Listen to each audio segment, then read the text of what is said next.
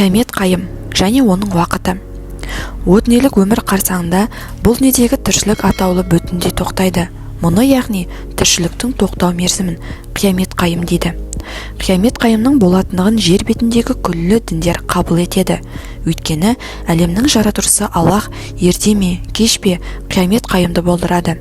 Құран аяттары да бұл мәселені ап-айқын растай түседі. Әй адам баласы, Раббыларыңнан қорқыңдар. Расында қияметтің сілкінісі үлкен нәрсе. Ол күні әр емізушінің емізгенін ұмытқанын және әрбір буаз жәндіктің іш тастағанын көресің. Адамдарды мас түрде көресің. Негізінде олар мас емес, бірақ Аллахтың азабы қатты. Хаж сүресі. Ол күні аспан еріген кен сияқты болады. Таулар түтілген жүндей болады. Дос-достың хәлін сұрамайды. Мағариш сүресі.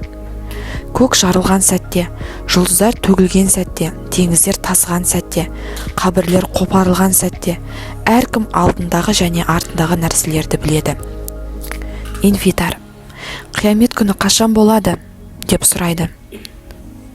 Қашан көз шағылысқан, ай тұтылған, күн мен ай бір араға келтірілген кезде адамдар сол күні қашар жер қайда? Дейді. Жоқ, әс деп қана жоқ. Ол күнгі тұрақ Раббыңның алды. Қиямет сүресі. Жоғарыдағы аяттарда қиямет қайымның адам шошитын аса қорқынышты болғандығының бір қырын Аллах тағала алдын ала адамзатқа білдіріп отыр. Егер мұншалықты дәлелге сенбеген адам болса, ондай пендеге Аллах жәрдемші болсын деуден басқа айтар сөзіміз жоқ. Құранда қияметтік кезеңмен байланысты мынандай сөздер бар.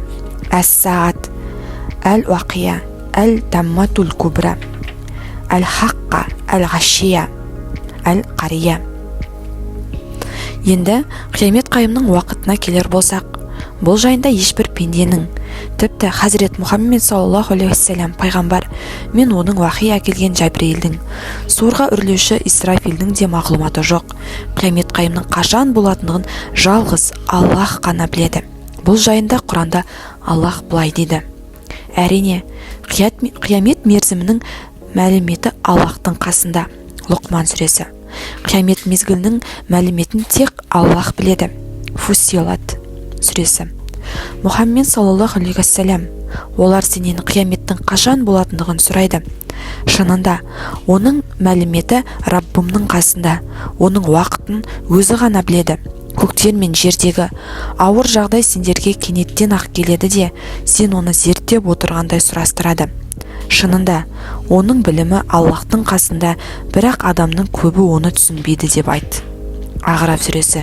Жоғарыда Хазіреті пайғамбарымыздың бір хадисінде Жәбірейіл періштеге қиямет қайымның қашан болатындығын білмейтіндігін айтқаны жайлы сөз қозғалған болатын. Яғни Жәбірейіл періште бейтаныс бір адам кейпінде Хазіреті пайғамбарымыздан ислам, иман, ихсан және қиямет хақында сұрайды. Сонда соңғы сұраққа қатысты Хазіреті пайғамбарымыз, сұралушы кісі сұрап отырған кісіден артық білмейді деп жауап береді. Мұнан түйетініміз, мұсылман үшін қияметтің қашан болатындығынан көрі оның мәніне үңілу аса маңызды болмақ. Яғни, қиямет болып қалса, мен о дүниеге нендей рухани байлығыммен барамын, амалдарымның сауабы қаншалықты, біліп-білмей істеген үлкенді кішінілі күнәларыме толықтай тәубе ете алдым ба? Деген секілді иман мәселесіне қатысты сан сұраққа бас ауыртып, соған қарай құлшылығымызға адал болып, ақыреттің қамын ойлай түскеніміз абзал. Себебі қиямет Аллах қалауымен болатындықтан күтпеген уақытта келуі де ғажап емес. Ақыр заманның белгілері жайында. Хазіреті пайғамбарымыз саллаллаху алейхи вассалам қиямет қайымның қашан болатындығын сұрағанда, ұдайы оның уақытын Аллах біледі деп жауап беретін. Десек те, пайғамбарымыз ақыр заманның уақытын айтпағанымен, оның белгілері жайлы көптеген хадистерінен мынадай оқиғалар болмайынша қиямет қайым болмайды деген мағынадағы ғибраттарды кездестіруге болады. Ақыр заманның белгілерін ғұламалар осы хадистерге сүйене отырып екіге бөледі. Ақыр заманның кіші белгілері, ақыр заманның үлкен белгілері. Ақыр заманның кіші белгілері. Хазіреті пайғамбарымыздың хадисіне сүйене отырып, ақыр заманның кіші белгілерін бірнешеуін келтіре кетейік. Бірінші, Хазіреті Мұхаммедтің саллаллаху алейхи уассалам жер бетінде пайғамбар болып жіберуінің өзі ақыр заманның алғашқы белгісі. Себебі пайғамбарымыз қияметпен бірге жеңілдім деп сұқ саусағы мен ортаншы саусағын қимылдатып көрсеткені жайында деректер бар. Екінші, қияметтің белгілерінің бірі дін ілімі азаяды, сауатсыздықтар көбейеді, зина жасау етек алады, әйелдер көбейіп еркектер азаяды, тіпті 50 әйелдің бір ғана қараушысы болады. Үшінші, әйелдердің саны ер кісілердің санына қарағанда әлде қайда көп болады. Төртінші, Расулаллах саллаллаху алейхи уассалам сахабалармен сөйлесіп жатқанда бір түздік араб келіп қияметтің қашан болатындығын сұрағанда оған аманат аяқ асты етілген кезде қияметті күте бер дейді. Сонда түздік араб кісі мұны қалай түсінсек болады дегенде пайғамбарымыз қызмет өз маманына берілмеген кезде қияметті күте бер деп жауап береді. Бесінші, көп қабатты үйлердің салынуы өз ісінің маманы емес кісілердің сөз сөйлеуімен билік етуі. Алтыншы, адам өлтіру оқиғасының көбеюі. Жетінші, жалаң аяқ, жалаң аш және кедей шопандардың да үй салуда бір-бірімен жарысатындарын көресіңдер. Сегізінші, мен Аллахтың елшісімін деп өзін пайғамбармын деп жариялайтын 30-ға жуық жалғаншы дажжалдар шығады. Зілзаланың көбеюі, көптеген бүліктер етек алуы, жөнсіз жерде адам өлтіру көбейеді. Екі үлкен ислам әскерлері бір-бірімен шайқаспайынша қиямет болмайды. Тоғызыншы, мал дүние судай болып ақпайынша, фитналар мен жөнсіз жерде адам өлтіру көбеймейінше қиямет болмайды. Осы хадистермен мазмұндас көптеген хадистер бар. Олардың бәрін тізбектеп айтудың орнына бірнеше мысал мен шектеулі жөн көрдік. Имам Шарани ақыр заманның белгілері жайында Әбу Нуаймның риуаят еткен мына хадистеріне көз жүгіртіп қарайтын болсақ, Хазіреті пайғамбарымыз адамдар арасында мынадай жайттардың етек алатындығын хабар береді. Адамдар намаздарын қаза етіп тіпті оқымайды. Нәпсіге бой алдыру мен ойына келгенін жасайды. Аманатқа қиянат етеді. Харам нәрселерді халал деп санайды.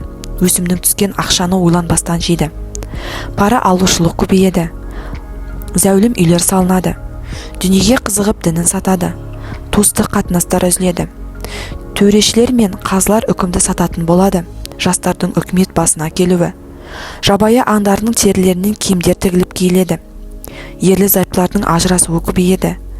Зина жасау етек алады. Сенімді, адал кісілерді опасыз адамдай көреді. Опасыз өтірікші кісілер сенімді халге келеді. Жала жауып мен жалған куәгерлер көбейеді. Жауыннан апаттар, селдер болады. Зекет берілмейтін болады. Ішімдік ішу көбейеді. Ол кездерде кейбір фасық, өтірікші, күнәһар өкімет ел басылары мен үкімдер болады. Балаларды тәрбиелейтін тәрбиешілер болады. Құран оқитын фасық және күнәһар хафыздар болады. Жағымсыз ғалымдар болады. Опасыз өтірікші саудагерлер болады. Құран кәрімді әшекелеу әдетке айналады. Мұнаралар биік болады. Бастықтар көбейеді. Дін ілімін білетін ғалымдар, фақихтар азаяды. Сенімді кісілер азаяды. Кедейлер көбейеді. Аллахтың қойған жазалары жарамсыз болып жүрмей қалады. Әнші қыздар көбейеді. Тараздан жеу көбейеді. Әйелдер өзінің бастығынан босанатын болады. Әйелдер өздерін еркектерге, еркектер де өздерін әйелдерге ұқсататын болады. Тек таныс кісілерге ғана сәлем беріледі. Ілім құлшылық үшін ғана емес, дүние табу үшін оқылатын болады. Ол кезде адамдар арасындағы кәпірлер мен залымдардың мәртебесі биік болып құрмет етіледі. Ол кезде адамдар арасында екіжүзділер мен күнәһарлар басым әрі күшті болады. Надандар мәртебелі болады. Тақуа кісілер адамдар арасында келеке мазаққа айналады. Хазіреті пайғамбарымыз саллаллаху алейхи уассалам ақыр заман таяғанда болатын жағдайларға осылайша 14 ғасыр бұрын үмметіне айтып кеткен. Осы айтылған мәселелерге қарап отырсаңыз, ақыр заманның көптеген белгілері бүгінгі техногендік ғасырымызда дертіне айналып отыр. Ақыр заманның үлкен белгілері. Хузайфа ибн Асид әл-Хафариден жеткен риуаят бойынша Хазіреті Хуфайза былай дейді: біз Мәдинада бір қорғанның көлеңкесінде отырғанбыз. Пайғамбарымыз болса бір шатыр үстінде отырған еді. Сол сәтте Аллахтың елшісі жоғарыдан бізге қарап отырып: сендерді жұмыстарыңа қандай мәселе жібермей тұр деп сұрады. Біз сөйлесіп отырмыз дедік. Пайғамбарымыз, не мәселе жайында сөйлесіп отырсыңдар деді. Біз Қиямет қайымның уақыты жайында әңгімелесіп отырмыз деп жауап бердік. Сонда Хазіреті пайғамбарымыз, Қиямет қайымның уақыты жайында әңгімелесіп отырмыз деп жауап бердік. Сендер мына 10 нәрсені көрмейінше Қиямет қайым болмайды деді. Бірінші, тұманды, дәжжалды, даббатул арызды, күннің батқан жақтан шығуын, Хазірет Исаның алейхиссалям көктен түсуін, Яжуж Мажудың шығуын, шығыс жақтағы бір жердің шөгуі, батыс жақтағы бір жердің шөгуі, Араб түбегіндегі бір жердің шөгуі, Йеменнің Аден жазығының ең шалғайынан бір от шығады. Ол от барлық жерді өртеп отырып, адамдарды машарға дейін алып барады дейді.